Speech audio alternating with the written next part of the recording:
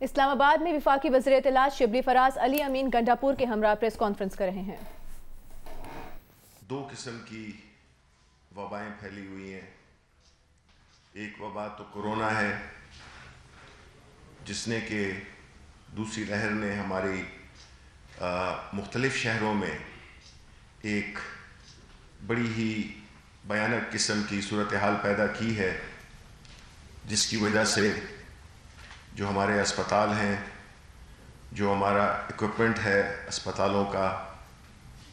وہ ایوریج تقریباً 60%، بعض اسپتالوں میں زیادہ کچھ میں کم، اس کی کھپت ہو گئی ہے۔ اور ہمارا خدشہ یہ ہے کہ جو وقت گزرے گا، جو سردی آئے گی،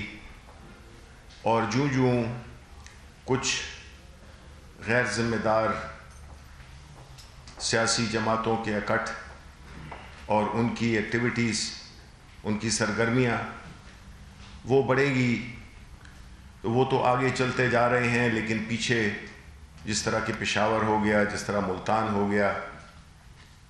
اور اب لاہور میں وہ اپنا پروگرام کر رہے ہیں۔ جو فیکٹس اور فگرز جو کہ آپ کے ساتھ شیئر بھی کی جا سکتے ہیں، جو کہ NCOC نے ڈٹرمن کیے ہیں، وہ یہی ہے کہ جن شہروں میں اس قسم کے جلسے ہوئے ہیں، جہاں پہ کہ لوگ اکٹھے ہوئے ہیں، وہاں پہ جو پھیلاؤ ہے وہ بہت بڑھ گیا ہے، اور جس کا عکس اسپتالوں میں مریضوں کی صورت میں نظر آنا شروع ہو گیا ہے۔ یہ ہماری ذمہ داری ہے بحیثیت حکومت کہ ہم عوام کو آگاہ کرتے رہیں۔ ظاہر ہے کہ اس میں ریپیٹیشن بھی ہوگی، لیکن ہمارا مقصد یہی ہے کہ ہم عوام کو آگاہ کرتے رہیں کہ یہ کوئی مذاق ہے نہیں، اور یہ ایک ایسی چیز ہے جس سے کہ انسانی جانوں کا خطرہ بہت بڑھ گیا ہے۔ ہم نے یہ بھی دیکھا ہے کہ مختلف لوگ، جس میں کچھ سینئر بیوروکریٹس بھی تھے، وہ بھی اپنی جان گنوا چکے ہیں۔ ایسی صورتحال میں ایک سیاسی جماعتوں کا ایک اکٹھ، جس نے کہ یہ طے کیا ہوا ہے کہ جو کچھ بھی ہو، صورتحال بھلے کیسی بھی ہو، انہوں نے یہ جلسے بھی کرنے ہیں، عوام کی صحت کو بھی نقصان پہنچانا ہے، ان کو گمراہ بھی کرنا ہے، اور ایسی صورتحال پیدا کرنے کی ایک ناکام کوشش کہ وہ حکومت پہ کسی طرح کا دباؤ ڈال سکیں۔ اور بوکھلاہٹ کی یہ حالت ہے کہ جو اقدام ان کو آخر میں کرنے چاہیے، وہ انہوں نے غلطی سے بوکھلاہٹ میں پہلے کر دیے۔ ان کا یہ واویلا، جس میں کہ عوام کے لیے کچھ بھی نہیں ہے، چاہے وہ پیڈ ایڈورٹیزمنٹس کے تھرو ہو یا اپنی تقریروں کے تھرو ہو، جس میں کہ جھوٹ در جھوٹ بولا جا رہا ہے، جس کے کہ یہ ظاہر ہے کہ ماہر ہیں، ان کی زندگی گزری ہی جھوٹ پہ ہے، ان کا جو ایمان ہے وہ پیسہ ہے، اور انہوں نے اپنے ادوار میں جتنے بھی لیڈران ہیں، لیکن ان میں 3 بنیادی کردار ہیں، جن کو کہ میں یہ کہوں گا کہ وہ کرپشن کے سلطان ہیں۔ نواز شریف،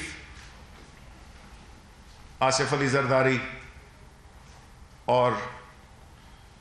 مولانا 12ویں کھلاڑی مولانا فضل الرحمان۔ یہ وہ لوگ ہیں جنہوں نے کہ مختلف ادوار میں اس قوم کا پیسہ لوٹا، اور اپنی سیاست، نہ صرف اپنی سیاست بلکہ پاکستان کی جو سیاست کا ماحول ہے، اس میں کرپشن، اس میں پیسہ لانا، پیسے کی سیاست یہی لوگ لائے۔ جوڑ توڑ کی، لوگوں کو خریدنا، لوگوں کو بیچنا، یہ ان کے ادوار میں شروع ہوا۔ ملک کے سیاسی کلچر میں ایک ایسی منافقت کا کلچر پھیلا دینا جس سے کہ اس ملک کی جو بنیادی جو ایک اقدار تھیں، سماجی اقدار تھیں، ان کو ملیہ میٹ کیا اور ایک ایسا ماحول بنایا جس میں کہ صرف پیسے والے لوگ سیاست کر سکے، اور اس سیاست کو آگے کرنے کے لیے انہوں نے کرپشن پہ کرپشن کی، اور پھر ان کی جو ذاتی ہوس تھی اس کو بھی اب انہوں نے ٹھنڈا کرنے کے لیے ایسے نئے لیول کرپشن کے کریٹ کیے جس سے کہ انہوں نے وہ پیسہ جو کہ انہوں نے یہاں سے لوٹا دوسرے ملکوں میں انہوں نے منتقل کیا، وہاں پہ جائیدادیں خریدیں، وہاں پہ بینک بیلنس رکھے، اپنی اولادوں کو بھی باہر بھیجا، اور آج وہ پاکستان سے عوام سے قربانی چاہتے ہیں۔ اور ساتھ ہی ساتھ میں اب یہ تو ان کو بھی یہ پتہ چل گیا ہے کہ جو کہ گلگت بلتستان میں ان کے ساتھ ہوا، اب یہ جو سارا پریشر ہے وہ اس لیے ڈیولپ کر رہے ہیں کیونکہ 2 سال تک یہ چپ رہے، مختلف طریقوں سے انہوں نے ہمیں اپروچ کیا، مختلف طریقوں سے انہوں نے ہم پہ پریشر ڈالا کہ کس طرح سے ہم ان کے جو کرپشن کے مقدمات ہیں ان پہ ہم ان کو NRO دے دیں، لیکن جب یہ بالکل فیٹ اف کے بعد بالکل ان کو یقین ہو گیا کہ اب ہمارے پاس کوئی اور صورت نہیں ہے سوائے اس کے کہ ہم جتھے لے کر جلسے جلوس کر کے گالیاں دے کر اور ایک ایسا ماحول پیدا کریں جس میں کہ انہوں نے ایسے لوگوں کو بھی آگے لگا دیا ہے جن کا نہ لینا ہے نہ دینا ہے، اور ان کو ایسے فیصلوں پہ مجبور کر رہے ہیں یہ کہ وہ استعفے دیں۔ ایسے حالات میں یہ سب کو پتہ چل گیا ہے کہ مختلف پارٹیز ہیں اور ان کی مختلف سمتیں ہیں، اور جن کی مختلف سمتیں ہوں ان کی منزل ایک ہو ہی نہیں سکتی ہے۔ یہ کہنا کہ ہمارے ساتھ کوئی رابطے میں ہے، ہمارے بالکل نہیں ہے، یہ جھوٹ ہے۔ یہ اپنے لیے ایک راستہ مانگ رہے ہیں، ٹھیک ہے، اگر ان کو راستہ چاہیے وہ ہم ان کو دے دیں گے، لیکن راستہ ہم ان کو ان کی جو اس وقت کی سچویشن ہے اس کی بات کر رہے ہیں، ہم NRO کی بات نہیں کر رہے، وہ ان کو کبھی عمران خان نہیں دے گا۔ ایسی صورتحال میں ان کا جو ذہنی جو ایک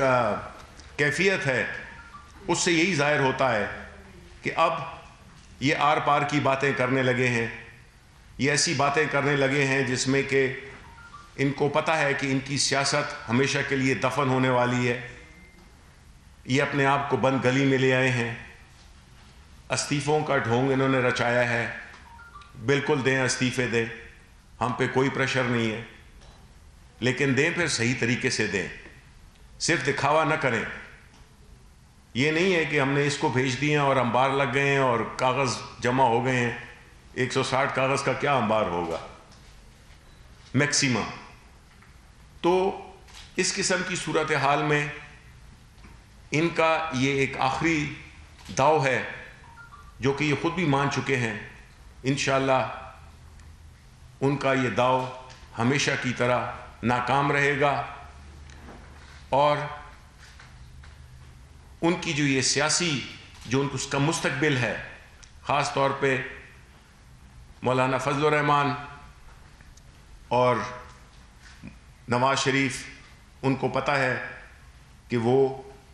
ایک ڈیڈ اینڈ سٹریٹ پہ آ گئے ہیں، اب یہ پیچھے بھی نہیں مڑ سکتے اور نہ یہ آگے جا سکتے ہیں۔ مولانا فضل الرحمان جن کا کہ میرے کولیگ ہمارے منسٹر علی امین گنڈا پور جو کہ ان کے علاقے سے بھی تعلق رکھتے ہیں، جن کو کہ انہوں نے شکست دی اور ان کے سیاسی مستقبل پہ تالا لگا دیا،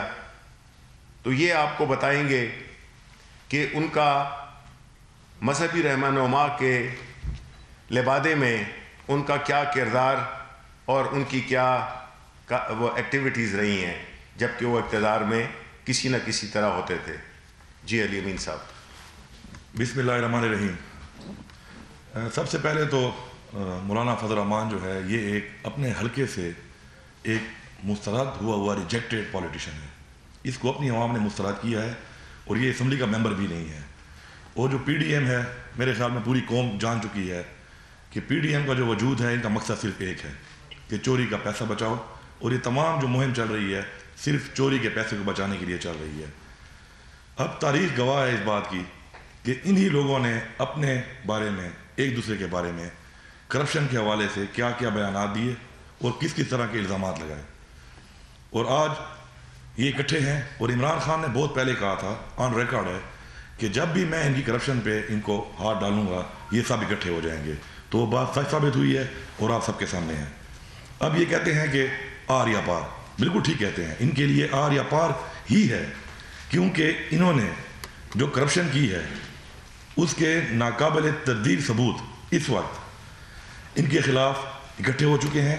اور ان کے خلاف اس وقت موجود ہیں, اور یہ اس سے بچ نہیں سکتے, یہ ایکسپوز ہو چکے ہیں. اور یہ جو شور شرابہ کر رہے ہیں, یہ جو ایک ڈرامہ کر رہے ہیں, اپنی چوری بچانے کے لیے عوام کی جان کو خطرے میں ڈال رہے ہیں, یہ صرف اور صرف اوچھے ہتھکنڈے اس لیے استعمال ہو رہے ہیں کہ ہمارا چوری کا پیسہ بچ جائے. اب چاہے زرداری ہے, چاہے نواز شریف ہے, اور چاہے مولانا ہے. ابھی میں فضل الرحمان کے تھوڑا سا آپ کو ڈیٹیل دیتا ہوں مزید اس کی بھی کہ اس کے اپنے کیا حالات ہیں. اب تک یہ بہت نعرے بازی کر رہا ہے اور بہت چیلنج کر رہا ہے کہ جی میرے پہ کوئی ہاتھ نہیں ڈال سکتا, میں ٹچ بھی ناٹ ہوں. تو یہ بھی ثبوتوں کے ساتھ میں آپ کو دستاویزات دے رہا ہوں کہ کس طرح اربوں روپے پہ اس نے بھی ہاتھ صاف کیا ہے, اور اسی لیے یہ ان کا اس وقت سربراہ بنا ہوا ہے. نواز شریف ایک سزا یافتہ مجرم ہے اور اس وقت ایک اشتہاری اور مفرور ہے, اور ڈھٹائی کی اور بے شرمی کی انتہا دیکھیں آپ کہ اس وقت وہی کرپشن کا پیسے سے جو محلات اس نے خریدے ہیں انہی میں رہائش پذیر ہے, اور وہاں پہ بیٹھ کر ہمارے اداروں کے خلاف عجیب و غریب قسم کے بیانات دے رہا ہے. اور اس کی جو یہ بیٹی ہے جو کہ حقیقی مالکن ہے مریم صفدر, اس کی اس جائیداد کی, ان محلات کی, وہ خود ضمانت پہ باہر پھر رہی ہے, اور وہ اپنے باپ کی چوری بچانے کے لیے یہ جلد سے جلوس کر کے عوام کی جان کو خطرے میں ڈال رہی ہے. اب چوروں کا سردار کون ہوتا ہے؟ ظاہری بات ہے چوروں کا سردار اسی کو بنایا جاتا ہے کہ جو چوری میں مہارت بھی رکھتا ہو اور چوری چھپانے بھی مہارت رکھتا ہو. اسی لیے انہوں نے اس فضل الرحمان کو اپنا سردار بنا لیا ہے, اور یہ وہ فضل الرحمان ہے جس نے سیاست کی آغاز کی اسلام کے نام پہ. اور آپ سب کو یاد ہوگا کہ جب بے نظیر آئی اور اس کا وقت تھا تو اس نے ایک فتویٰ دے دیا کہ عورت کی حکمرانی اسلام میں حرام ہے. پھر ڈیزل کے پرمٹ لے کر اس نے وہ فتویٰ ختم کر دیا, اور آج یہ وہی شخص ہے کہ اپنی ایک طرف اس نے مریم کو بٹھایا ہوا ہے, ایک طرف آصفہ کو بٹھایا ہوا ہے, اور عورت کی حکمرانی پہ فتویٰ دینے والا کہ حرام ہے آج عورتوں کے درمیان میں بیٹھ کر وہ جو ابا اور بچاؤ جو تحریک چل رہی ہے, کرپشن بچاؤ تحریک چل رہی ہے, اس کا سربراہ بنا ہوا ہے. اب اس کے بعد اس شخص نے متواتر ہر حکومت کا حصہ بن کر اربوں روپے لوٹا ہے. اربوں روپے کی جائیدادیں جو ہیں وہ اس نے لوٹ مار کر کے کمائی ہیں بینامی. اور یہ جو میں آپ کو لسٹ دے رہا ہوں اتنی لمبی لسٹ ہے کہ میں اس ڈیٹیل میں جاؤں تو میرے خیال میں تقریباً 2 گھنٹے لگ جائیں گے. اور یہ تمام ڈیٹیل جو ہے یہ میں آپ کے حوالے کر رہا ہوں, اور میں اس کو چیلنج کرتا ہوں کہ یہ الزام نہیں, یہ میرا دعویٰ ہے کہ اگر یہ کہتا ہے کہ یہ جھوٹ ہے مجھے عدالت میں لے جائے, ڈیفیمیشن کا کیس کرے میرے اوپر, میں عدالت میں یہ تمام جائیدادیں اس کی ثابت کروں گا. اس کے علاوہ مزید کام بھی میں کر رہا ہوں, انشاءاللہ اس کی اور جائیدادیں بھی میں نکال رہا ہوں, اور آپ کے سامنے آئے گا کہ کتنے اربوں روپے اس نے اس اقتدار میں ہر پارٹی کے ساتھ رہ کے کمائے. اور اس سے آج تک یہ کہتا ہے کہ نہ میرا کوئی کاروبار ہے, نہ اس کے بچوں کا کاروبار ہے, نہ اس کے بھائیوں کا کاروبار ہے, لیکن یہ اربوں روپے کہاں سے آیا, کیسے آیا, اس کا کوئی جواب نہیں ہے. اور یہ سمجھ چکا ہے اس بات کو کہ اب میرے اوپر گھیرا تنگ ہو رہا ہے, اور اسی لیے چوروں کا سردار بن کے, اسلام کا نام لینے والا آج چوروں کا محافظ بن کے اپنی چوری, ان کی چوری بچانے کے لیے ان کے لیے سربراہ بن کے ایک تحریک چلا رہا ہے. اب یہ کچھ سوالات میرے اور بھی ہیں اس کے علاوہ, کیونکہ مولانا فضل الرحمان اربوں روپے کھانے کے علاوہ کچھ اور سازشوں کا بھی حصہ رہا ہے. اس ملک کے اندر بیرونی قوتیں جو ہمارے ملک کو کمزور کرنے کے لیے جو کام کرتی رہی ہیں, یہ ان کے ساتھ کام کرتا رہا ہے. اور یہ بھی میں دعویٰ کر رہا ہوں اور چیلنج کر رہا ہوں کہ یہ مجھے لے جائے عدالت میں, میں ثابت کروں گا کہ یہ الزام نہیں, یہ میرا دعویٰ ہے اور ثبوت دوں گا اس کے. میرے 4 سوال ہیں اس سے, اور میں میڈیا سے اور قوم سے یہ ریکویسٹ کروں گا کہ 13 کے جلسے میں یہ اپنی تقریر کرنے جو آ رہا ہے اس میں ان 4 سوالوں کے بھی جواب دے دے. اگر یہ ان کی تردید کرے گا تو میں ثبوت دوں گا, اور اگر تردید نہیں کرتا تو ہمیں بتائے ان کا جواب, اور یہ بھی واضح کر دے اپنی باقی جو باتیں سے کرنی ہے, ساتھ یہ بھی کہہ دے. پہلا سوال میرا یہ ہے کہ آپ کیا MIC سے ساتھ رابطے رہے ہیں؟ آپ بتائیں کہ آپ MIC سے ساتھ رابطے جو کر رہے تھے کس بنیاد پہ کر رہے تھے, اور کیا بات چیت آپ کر رہے تھے. قوم کو آپ اس کا جواب دیں, قوم کو واضح کریں گے. دوسری بات کہ Indian national security adviser Ajit Doval کے ساتھ آپ کی میٹنگ ہوئی, اور اس میٹنگ میں آپ کا جمعیت علماء اسلام ہند کا جو آپ کا ایگزیکٹو ڈائریکٹر ہے جس کا نام ہے مولانا محمود احمد مدنی, وہ بھی موجود تھا. آپ قوم کو یہ بتائیں کہ آپ کی جو میٹنگ ہوئی اس میں کیا بات چیت ہوئی, کیا بات ڈسکس ہوئی, اور میٹنگ کیوں کی آپ نے. یہ بھی میں ایک جواب مولانا صاحب سے قوم کی طرف سے اور میڈیا کی طرف اپنی طرف سے ایک جواب مانگتا ہوں. تیسری بات کہ آزادی مارچ جو مولانا صاحب نے آزادی مارچ کی, آزادی مارچ کی ٹائمنگ آپ چیک کریں. عمران خان نے جب عالمی سطح کے اوپر کشمیر کے مسئلے کو اجاگر کیا تو اسی وقت اس نے آزادی مارچ کا یہاں پہ اعلان کر دیا, اور جتنا نقصان اس نے مسئلہ کشمیر کو پہنچایا آزادی مارچ سے, شدید نقصان پہنچایا ہے, اس کا اندازہ سب کو ہے. اب میں اس سے سوال کرتا ہوں کہ اس آزادی مارچ سے پہلے اور اس کے دوران اس کے بین الاقوامی قوتوں کے ساتھ رابطے تھے, متواتر رابطے تھے, آخر وہ ان سے کیا بات چیت کر رہا تھا؟ آزادی مارچ تو اس نے کیا ہے یہاں پر کہ جی دھاندلی ہوئی ہے اور یہ سلیکٹڈ حکومت ہے, لیکن ان کے ساتھ رابط کا جواب دے کہ کیا بات چیت یہ کرتا رہا ہے.